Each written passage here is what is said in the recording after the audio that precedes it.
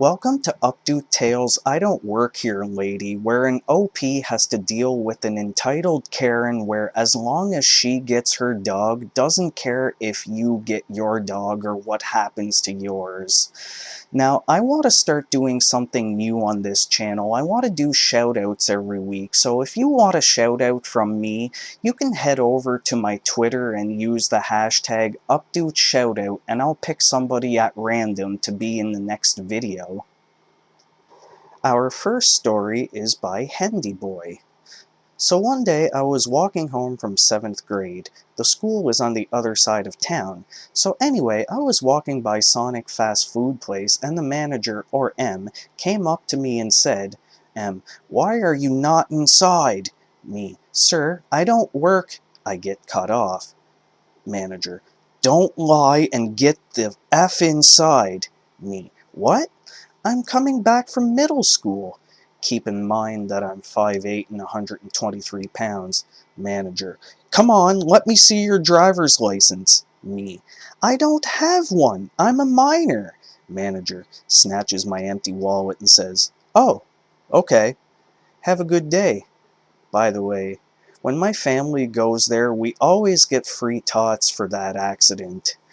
OP, I would say never mind the tots. It's way more important that you realize you could have had him charged for assault. Also, how could he not realize that you don't work there? Chances are you weren't in uniform or anything. You should have taken him for everything he's worth. Just think of the amount of tots you could have bought afterwards. Our next story is by Always Falling. For some backstory, I used to work at a shelter rescue place with pretty simple uniform. Thick pants or scrub bottoms, work boots or sneakers, and either a scrub top or a shirt with the shelter rescue logo on it. Sometimes the animals would be sent out to vets instead of the vet we had on staff, since the vet wasn't always there.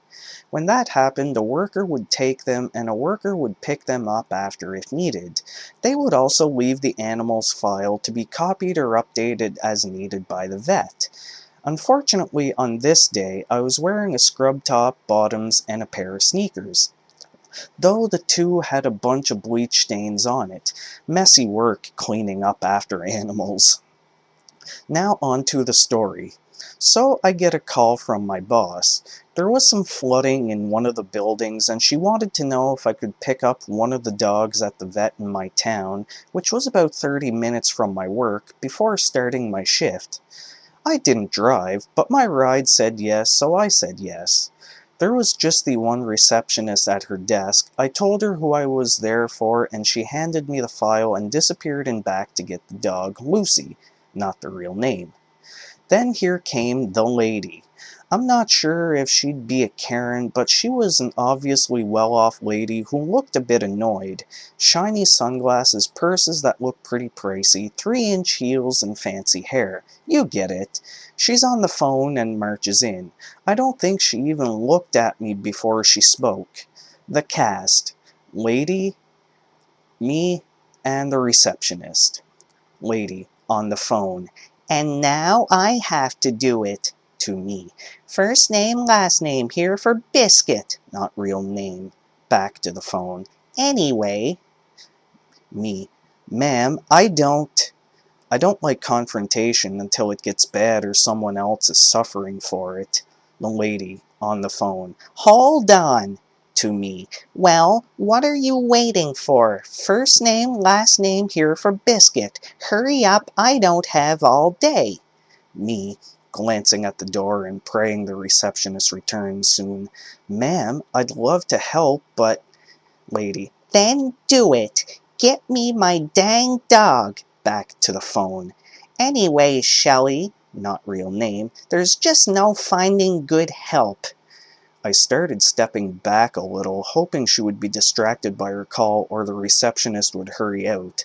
Alas, it wasn't meant to be. Lady, to the phone. Look, I'll have to call you back. These idiots don't know how to do their job. Puts phone away and turns to me, hands on her hips. She looks ready to explode.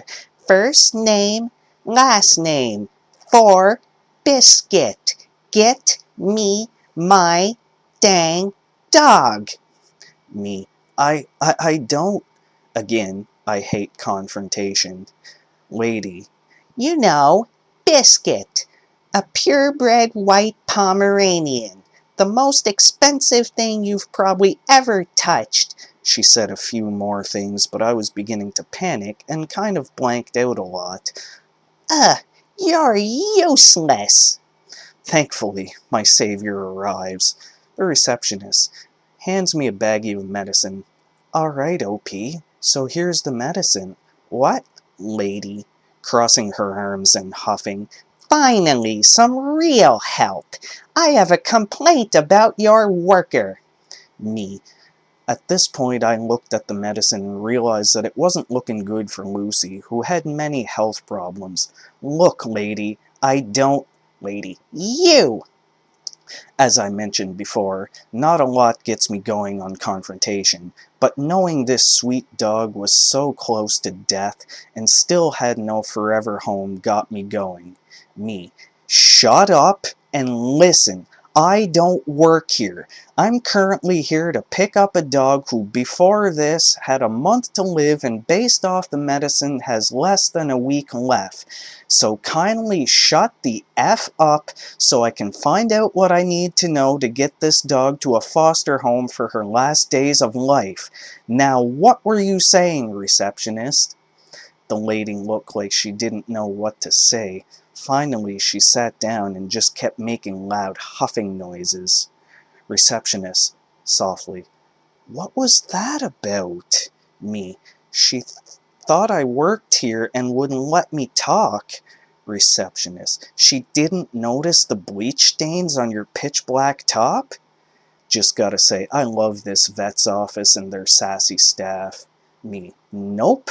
Don't think she noticed that you guys wear light blue either. I was right, and the vets predicted Lucy had less than a week left. I finally got Lucy, her meds, and her file, and pretty much ran out. The ending. Funny enough, about 2 months later, I had a litter of foster kittens under my care that were the first batch of the year, kitten season, that a lot of people wanted. They filled out applications, and I got to look through the ones that made it past first inspection.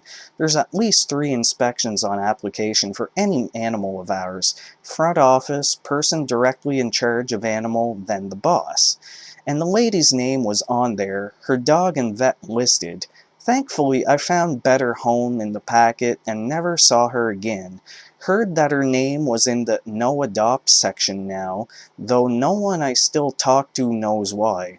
Lucy ended up living a full year longer than predicted. Wow, OP, I feel really bad for you that you had to put up with this entitled Karen that thought you worked there and couldn't distinguish between a black and a blue scrub top, and also the fact that you had a bunch of bleach on your scrub top. You would think she would know the difference. Also, I can't believe she was that disrespectful when you were just trying to save that poor doggo's life. Kudos to you and everything you do.